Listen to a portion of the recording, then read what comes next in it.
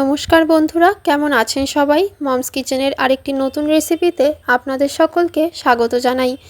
আজকে আমি তৈরি করব সন্ধ্যেতে চা দিয়ে খাওয়ার জন্য একটি টেস্টি টিফিন।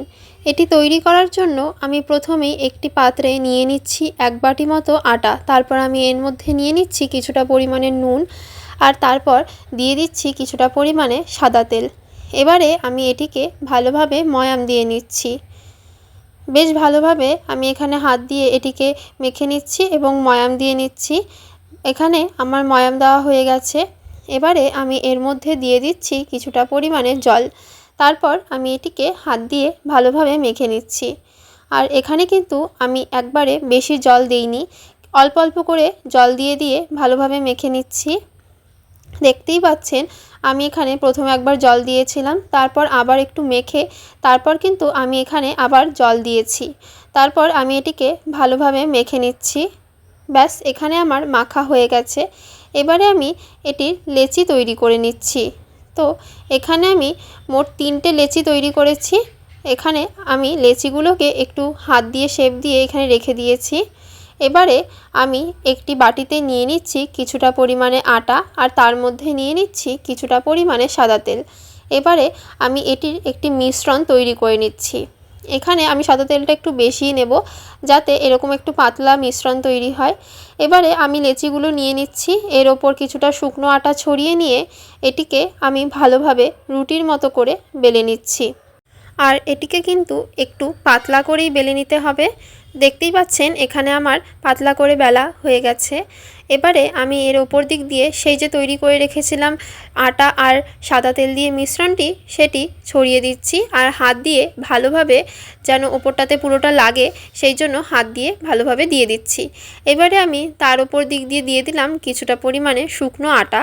তারপর আমি এর ওপরে আরেকটা বেলে নেওয়া রুটি দিয়ে দিয়েছি। এবারে আমি সেই রুটিটির ওপর আবার সেই তৈরি করে রাখা মিশ্রণটি দিয়ে নিয়েছি এবং তার উপর দিয়ে দিয়েছি শুকনো আটা কিছুটা পরিমাণে ছড়িয়ে।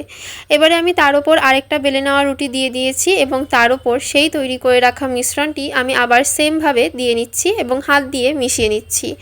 এবারে আমি তার উপর দিক দিয়ে দিয়ে দিচ্ছি কিছুটা পরিমাণে শুকনো আটা। এবারে আমি এটিকে ভাঁজ করে নিচ্ছি।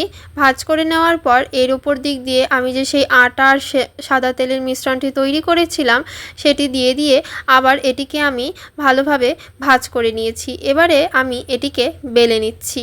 এটিকে বেলে নেওয়ার পর এবারে আমি এটিকে আবার একটি ছুরির সাহায্যে কেটে নিচ্ছি। তো এখানে দেখতেই পাচ্ছেন আমি এখানে দুদিক থেকে কেটে নিয়েছি, তারপর আমি মাঝখান থেকে এরকমভাবে চারকোনাভাবে কেটে নিচ্ছি। তো এটিকে আমি সবগুলোকে এইভাবেই কেটে নেব। ব্যাস, আমার এখানে সবগুলো কেটে নেওয়া হয়ে গেছে। এবারে আমি এগুলিকে একটি পাত্রে উঠিয়ে রাখলাম। এবারে আমি একটি কড়াইতে সাদা তেল গরম করে নিয়েছি, তার মধ্যে আমি এটি এক এক করে দিয়ে নিচ্ছি। এখানে আমি তেলটা খুব বেশি গরম করিনি, কিছুটা পরিমাণে গরম করেছি। আর আমি কিন্তু এটা লো ফ্লেমে ভাজছি, হাই ফ্লেমে ভাজলে কিন্তু এটা পুড়ে যেতে পারে আর ভালোভাবে ভাজাও না হতে পারে। তাই এখানে আপনারাও লো ফ্লেমেই ভাজবেন, তাহলে খেতেও সুস্বাদু হবে আর মচমচে হবে। তো এখানে আমি লাল লাল করে এগুলিকে ভেজে নিচ্ছি।